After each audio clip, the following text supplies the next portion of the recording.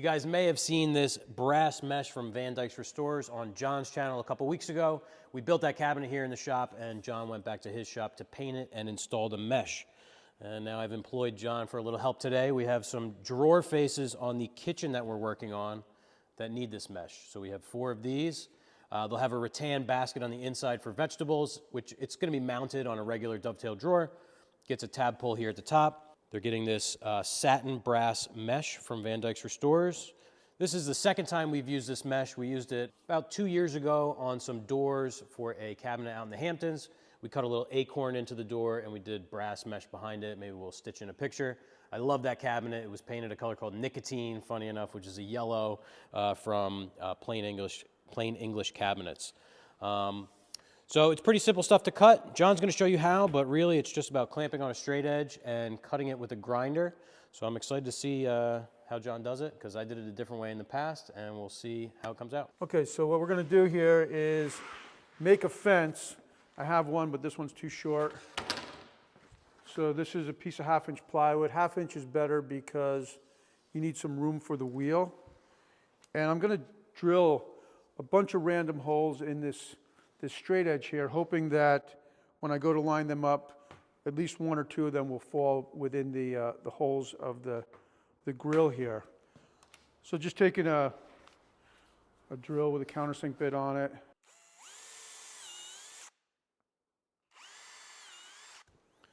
All right, so now we've got the straight edge, and then we have a piece of 3/4 inch plywood underneath the grill. We're going to screw into that.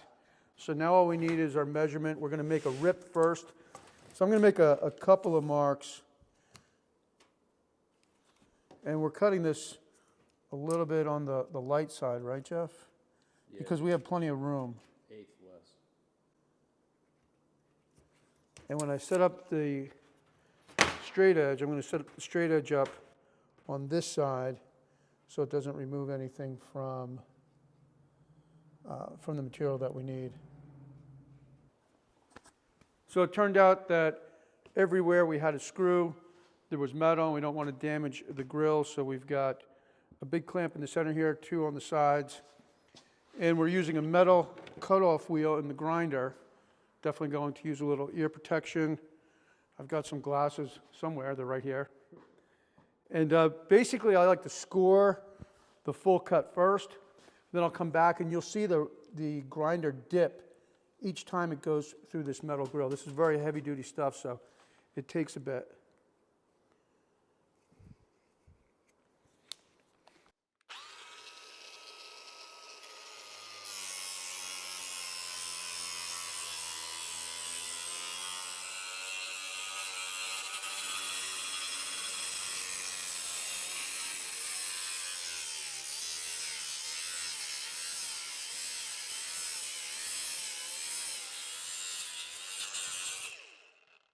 Let's see if we made it.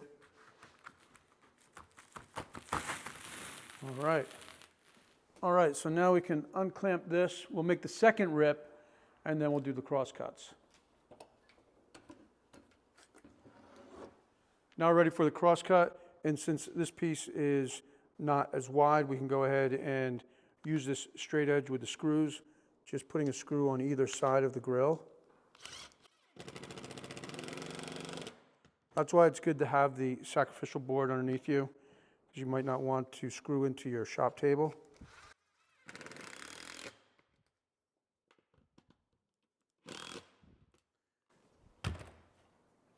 Again, you always want your fence on the left side of the line because you don't want to remove the width of the saw kerf or the blade kerf. And just going to make the cut just like before.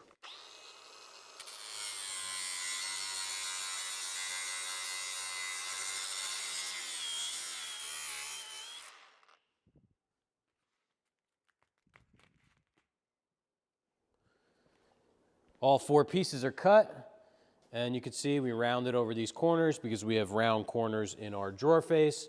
And I went ahead and took a file and just knocked the burr off of these cut edges so that they're nice and smooth. Can drop them in here. And we're going to use a couple dabs of hot glue to hold these in, and the drawer will actually hold it in permanently. So I have my hot glue here. Just put a little dab, hold it down here, and move around and stick it down in a couple spots. Got this all hot glued in here to hold it temporarily. You can see how it looks from the front. Definitely happy with that. So we made these doors on the CNC. I actually made this bead on the shaper and applied it myself. It was one of those situations where, do I take the time to figure out how to program it on the CNC, or do I take the time and just do it? And in this instance, for 4 drawer faces, I just did it. Didn't have the time to figure that out. So they came out great. Really like the way this looks. They get a nice brass tab pull up here. And this is where they're going. So this is a drawer that is going to be for vegetables. So you can see how that looks.